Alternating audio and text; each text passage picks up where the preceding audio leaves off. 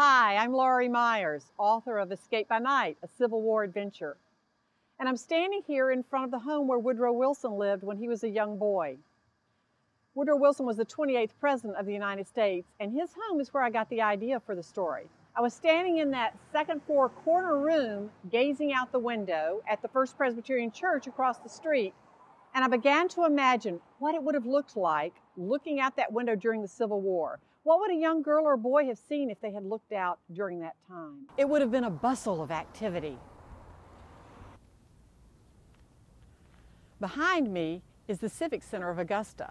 During the Civil War, it was the railroad depot, and there was lots of activity at the railroad depot. There were people coming and going, soldiers leaving for battle, soldiers returning, lots and lots of wounded soldiers arriving in Augusta for treatment, and lots of refugees as well. A refugee is a person who has to leave their home in order to seek safety. And you had a lot of Southerners living up where the battles were occurring, and they had to leave, and so they were arriving in Augusta. Augusta was on the railroad line from Virginia to Atlanta, so it was an important stop, and lots of people came here for safety. First Presbyterian Church is right in front of the railroad depot, so there was a lot of activity here as well. Now, the church was converted into a hospital, so you had doctors and nurses and helpers coming and going. Many of the women who lived in Augusta made bandages and clothing items and brought them to the soldiers, as well as they brought the food. There were prisoners kept in the churchyard right behind me inside that fence. So there was a lot of activity here at the church, and this is where a lot of the book takes place. There was a suspicious soldier in this church-turned-hospital, and Tommy begins to wonder if that soldier is not who he is pretending to be. I'm not going to give away the book, but I will say that because the title is Escape by Night, you might think that there's an escape, and you might think that it occurs at night. Well, if you did, you might be right. Now, if you were escaping from First Presbyterian Church to the Savannah River, you would head this way, and that's where I'm going now. Perhaps you can join me. And just like Tommy and Red met somebody special at the river, I'm going to have somebody special with me at the river, so stay tuned. Hi, I'm at the river now, and I brought with me my special friend. You know, one of the fun things about being an author is that you get to name your characters. And when I was thinking of a name for Tommy's dog, I thought of Samson, because that's the name of my dog. This is Samson. Here's Samson.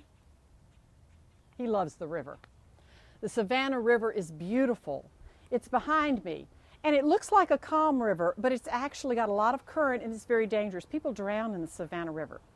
So if you were going to escape from Georgia to South Carolina, which is across the river, you wouldn't want to swim. You would want to cross on, say, a railroad trestle.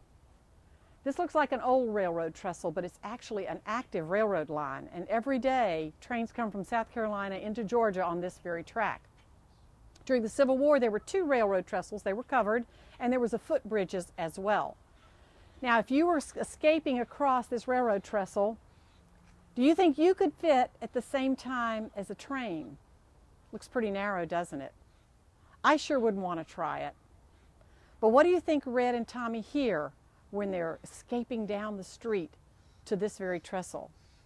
They hear the sound of a train whistle in the distance coming from South Carolina. So do they make it? You'll have to read the book to find out. Woodrow Wilson's father was the pastor of First Presbyterian Church, just like Tommy Wilson's father was the pastor. And so Tommy had heard all his life about mercy, but he didn't know that much about it.